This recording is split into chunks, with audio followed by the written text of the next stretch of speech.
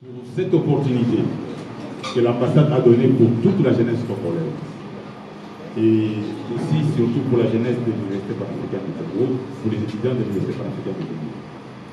Cette bourse n'est pas seulement pour les étudiants de l'architecture, je crois.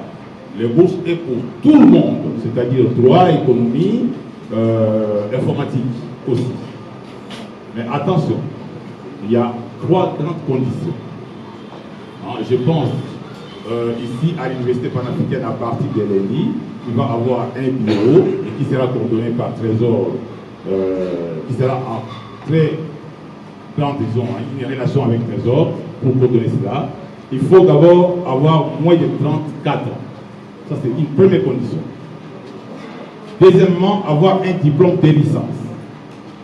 Si vous avez une licence de 5 ans, une licence de 3 ans, mais au moins la licence partout au monde c'est 3 ans. Donc si vous avez une licence, c'est que de cela vous pouvez avoir droit.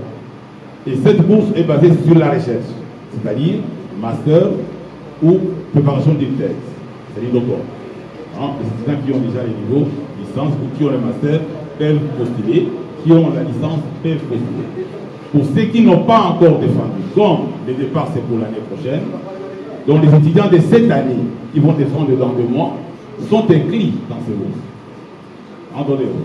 Ceux qui sont F3 cette année peuvent postuler pour aller au Japon l'année prochaine. Mais on vient de me signaler qu'il y a une condition majeure, il faut au moins, au minimum, parler l'anglais. Parce qu'au Japon, là-bas, c'est l'anglais. Et c'est là, le service académique est en train de réfléchir pour ouvrir une session spéciale de la langue anglaise, donc des langues en anglais ici, avec nos enseignants qui sont ici, pour permettre à nos étudiants l'année prochaine de ne pas avoir de difficultés. À cela, je demande à tous les étudiants qui viennent postuler pour l'année prochaine, parce que c'est une occasion. Aujourd'hui, je pense que l'Asie est en train d'offrir aux Africains. C'est une occasion, il faut en profiter. Hier, c'était l'Europe, les États-Unis, le bloc anglo-saxon.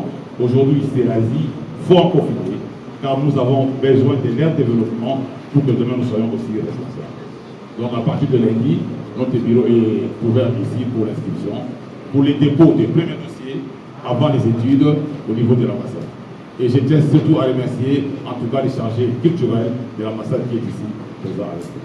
Son Excellence, vous qui représentez notre ministère, soyez notre interlocuteur. Nous vous le demandons auprès de notre ministre des Tutelles. Les universités privées font le même travail que les universités publiques. Le même travail partout au monde. C'est les universités privées qui apportent un plus. On vient de voir un grand professeur, mais il est venu de l'université privée et il continue dans les universités privées. Aujourd'hui, les enseignants publics sont payés.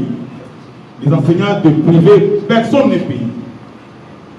Personne n'est pris en compte, que ce soit les assistants, les chefs de travaux.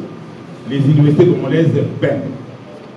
S'il n'y a pas un effort de notre ministre des Tutelles, notre enseignement sera vendu à $1 aux étrangers.